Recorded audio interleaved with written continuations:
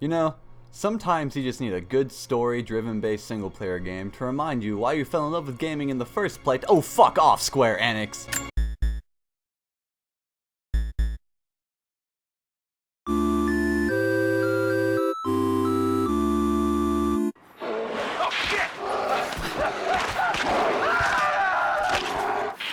shit. What the hell was that? As a series, Tomb Raider has been around for quite a while. With 12 main installments, of which I own 6, Miss Lara Croft has done a lot of adventuring over the years. Now, while normally I review series in chronological order, in this case, since this is part of the reboot trilogy, I technically should be going over the 2013 game, I'm tackling this title instead. Because it's the one I was playing when I pressed the record button.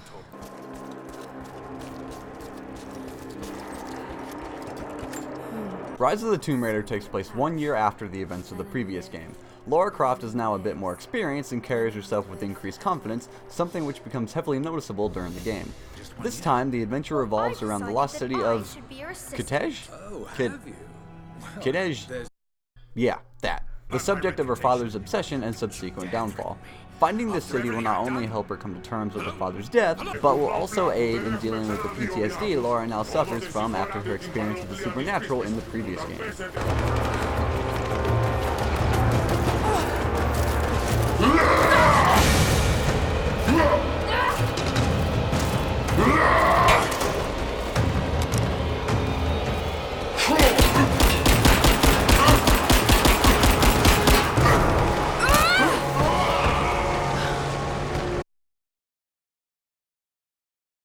Kitej apparently holds a secret to immortality, handed down by an ancient prophet from the Byzantine era, so naturally there's an antagonistic organization in the form of Trinity, a sort of cult-turned-paramilitary group who are after Kitej's secrets for their own uses. The story attempts to throw some surprises your way, none of which actually work, and the final cutscene feels severely rushed, but what kept me interested was the fantastic voice acting and the world in general.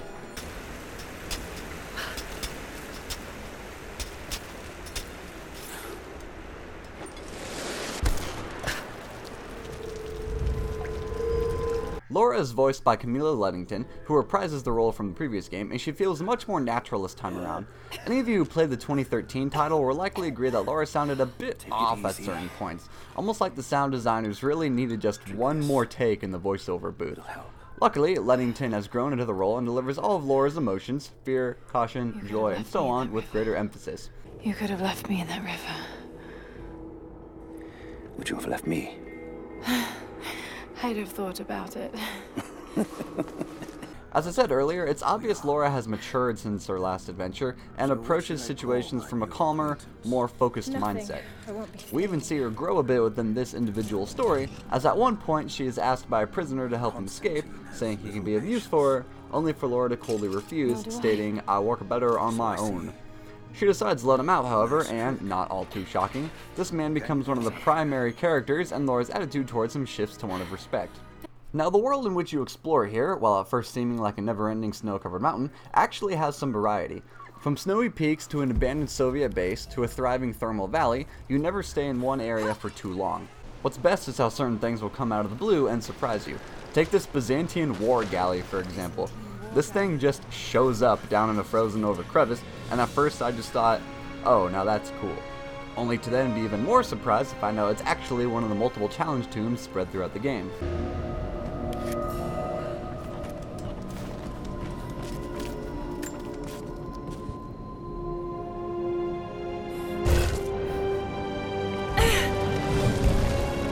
Now, there were challenge tombs in the previous game, but they sort of felt shoehorned in, almost out of necessity.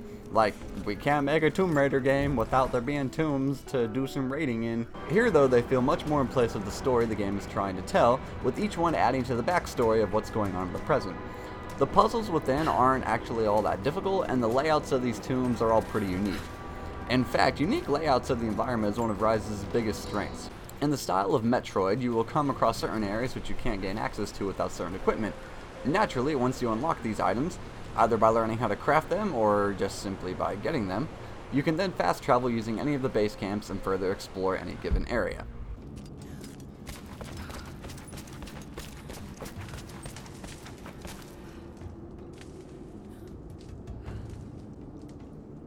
As you can tell by my footage here, the graphics presented allow for some rather nice views, and, in some circumstances, actually made me stop and simply admire the architecture of certain buildings or a tomb. Like, wow. I'm admiring architecture in a video game. I am a nerd.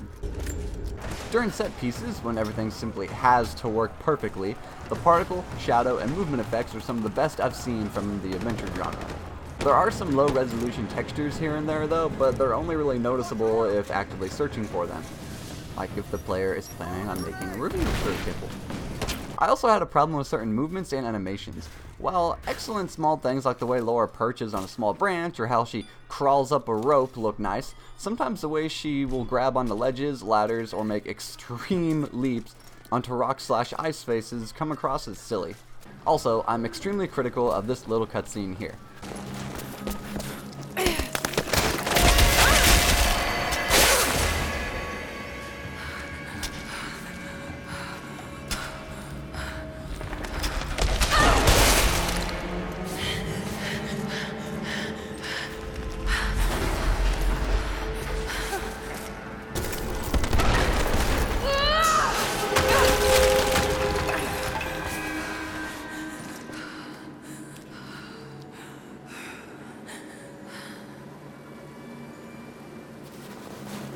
From what I can tell, Laura slips and loses one of her climbing axes, only to then lose the second, causing her to fall further.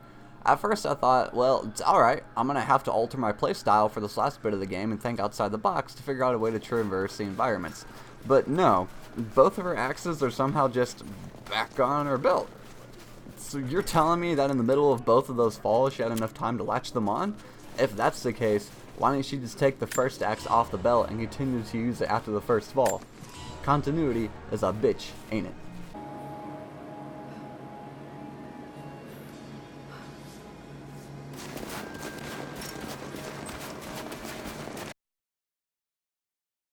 Gameplay-wise, you'll do plenty of running, climbing, falling, rolling, shooting, and exploring. Using Survivor Vision, Laura can see certain important items for a short time, aiding in scavenging supplies, solving puzzles, and combat. Crafting is mostly done at base camps, although certain items like extra arrows, impromptu grenades, and even extra bullets, somehow, can be crafted while on the run. Upgrading your weapons and basic equipment is also a must, and I like how none of the upgrades really make Laura feel completely overpowered.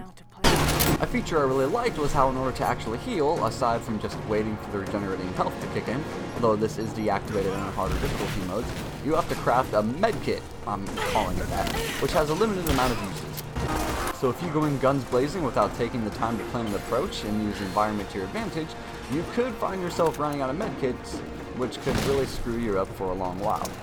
Yes, you could get through by simply using your weapons, but doing so isn't as fun as being stealthy and outsmarting your foes.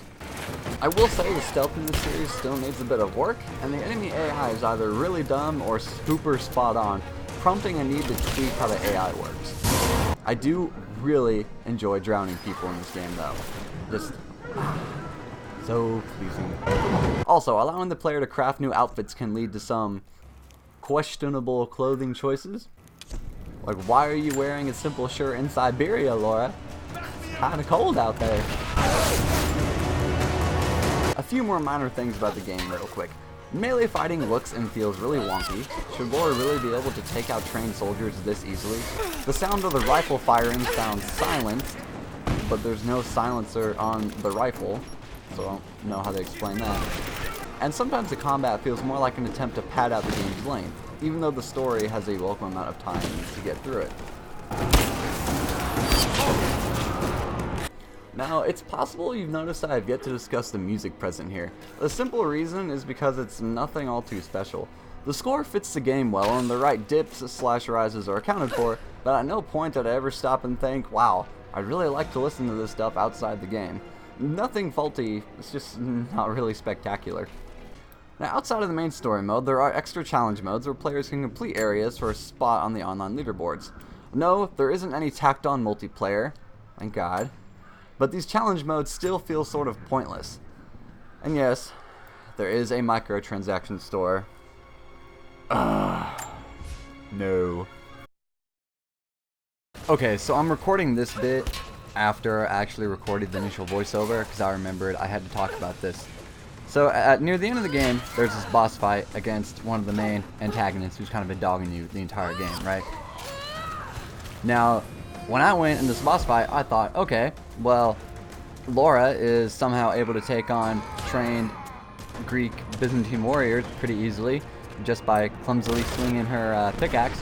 So this boss fight should be pretty simple. I should just be able to swing at him. Well, no. The game has an explicit way that it wants you to tackle this boss fight, even though it would just make much more sense in the actual fictional world of this game for you to just kind of go at him, which you see me doing here, but the game won't just let me kill him. Like, it forces you to fight a boss in a particular way, even though you have the means to take him out in an entirely different way. The game just won't let you. You know what would have been cool? If you had somehow lost your climbing axes and you couldn't use them for this like portion of the game. Then it kind of would have made sense why the game wouldn't just let you melee him to death. But no, it forces you to play by its rules, and I just find that kind of lame. Rise of the Tomb Raider, while having some issues which will stand out, ended up being a solid adventure game. Aside from what I've already discussed, the biggest flaw I have comes at the very end of the story, something which I don't want to show here in case anyone watching hasn't yet played it. Overall though, I give Rise of the Tomb Raider an 8 out of 10.